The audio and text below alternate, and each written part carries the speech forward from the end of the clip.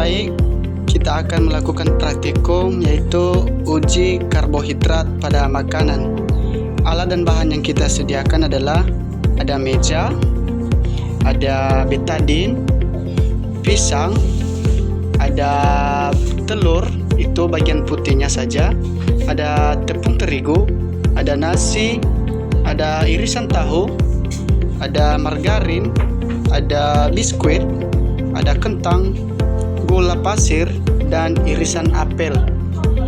Baik, kita akan melakukan pengujian pada beberapa bahan makanan ini dengan meneteskan beberapa tetes betadin pada permukaan bahan makanan ini.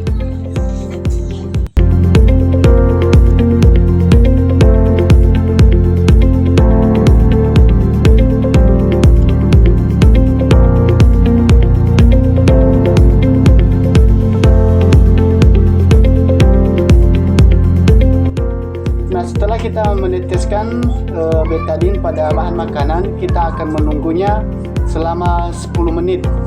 Setelah 10 menit nanti kita akan mengamati apa yang terjadi pada perubahan warna pada bahan makanan ini.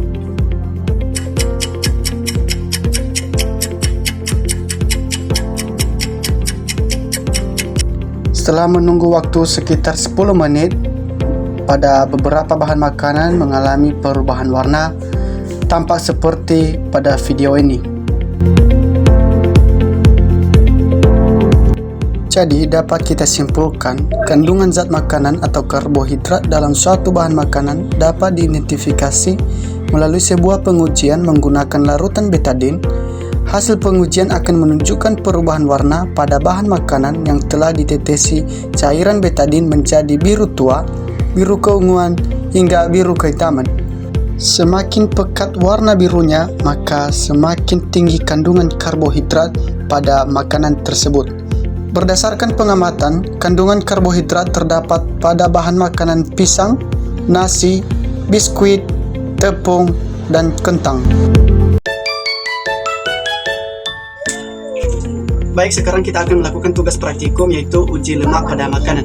Adapun alat dan bahan yang kita butuhkan saat ini yaitu yang pertama adalah senter untuk sebagai pencahayaan, ada sedotan atau berupa pipet, ada lembaran kertas sampul buku sebanyak 12 lembar, ada minyak goreng, ada air, ada susu, ada margarin yang telah dicairkan, ada biji jagung kering, ada singkong kering, ada daun seledri, ada santan, ada irisan pepaya, irisan wortel, dan beberapa biji kemiri dan beberapa biji kacang tanah.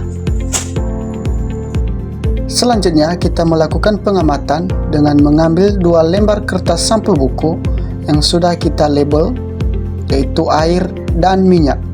Kemudian kita teteskan sesuai dengan labelnya, yaitu air. Kemudian kita teteskan juga minyak pada kertas sampul buku. Setelah kita teteskan, kita diamkan selama 10 menit. Nanti kita akan melakukan pengamatan.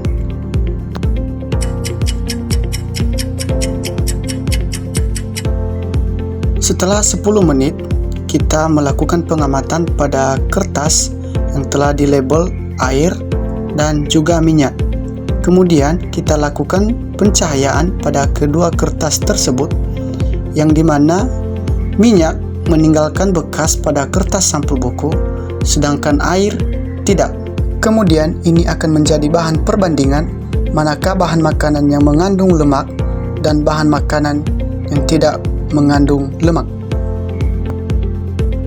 Langkah selanjutnya, kita melakukan pengamatan atau percobaan pada bahan makanan yang lain yang telah kita sediakan. Ada susu, ada margarin, ada jagung kering, ada singkong kering, dan bahan makanan yang lain. Kemudian kita oleskan satu persatu pada kertas sampul yang telah kita sediakan hingga meninggalkan bekas pada permukaan kertas tersebut. Ini bertujuan untuk menguji apakah bahan makanan tersebut mengandung lemak atau tidak.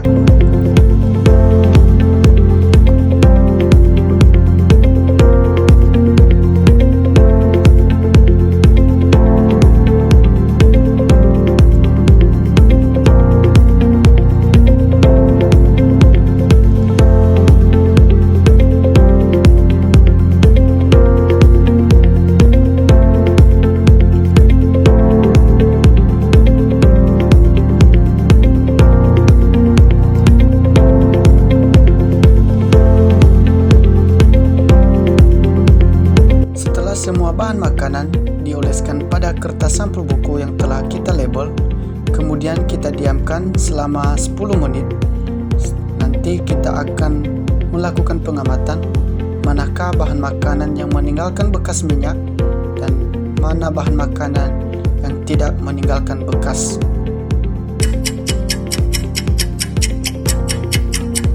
Setelah 10 menit kita melakukan perbandingan pada kemiri dan seledri. Kemiri meninggalkan bekas sedangkan seledri tidak.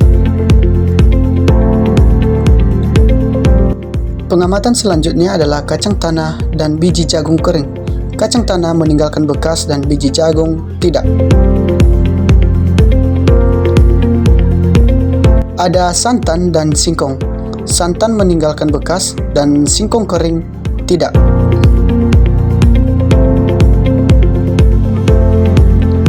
Ada pepaya dan wortel. Pepaya meninggalkan bekas dan wortel tidak.